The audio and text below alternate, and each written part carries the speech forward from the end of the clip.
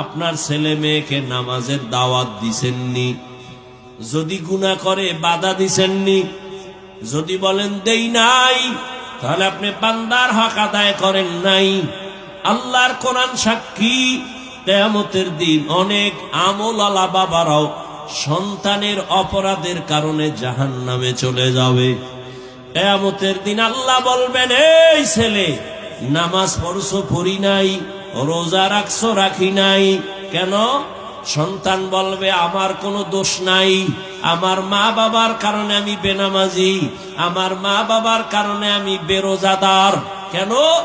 আমার মা বাবায় নামাজের দাওয়াত দেয় নাই, আমার মা বাবা আমাকে রোজার কথা বলে নাই, আমার আব্বা জান মসজিদে যাইতো, ওয়াজে যাইতো, আমারে কখনো ডাকে নাই।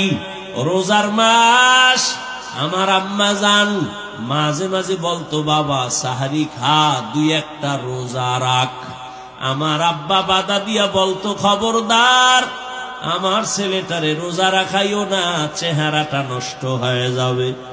ওই বাপ নামের কলম করে ধইরা জিজ্ঞাসা করতে মনে চাই, ও অযোগ্য বাবা, তোমার ছেলে রোজা রাখলে চেহারা নষ্ট হবে, আজকে তার হাতে যে মোবাইলটা দিয়েছো,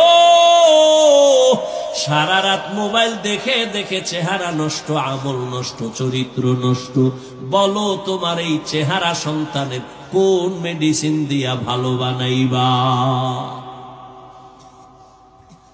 এই জন্য আল আসরে সূরায় কি পাইলাম? 4 গুণ ওয়ালারা জান্নাত পাবে, আর কেউ পাবে না। প্রথম 2 গুণ আল্লাহর হক, ঈমান আর আমল। দ্বিতীয় আরো 2টা গুণ বান্দার হক। ঈমান আমল নিজে হানলে হবে না, অন্যকে দাওয়াত দাও, যারা বিরোধিতা করে বাধা দাও।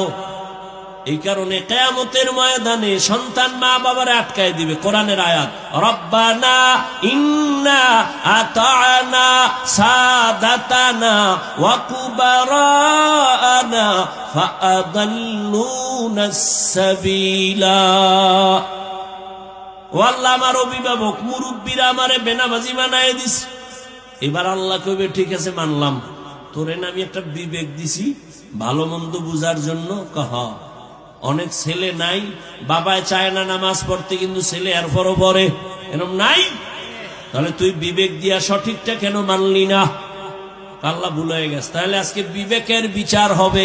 ইন্নাস সামআ ওয়াল বাসারা ওয়াল ফুআদ কুল্লু উলাইকা কানা আনহু মাসউলা। তোর বিবেকের বিচার হবে। সন্তান বলবে আল্লাহ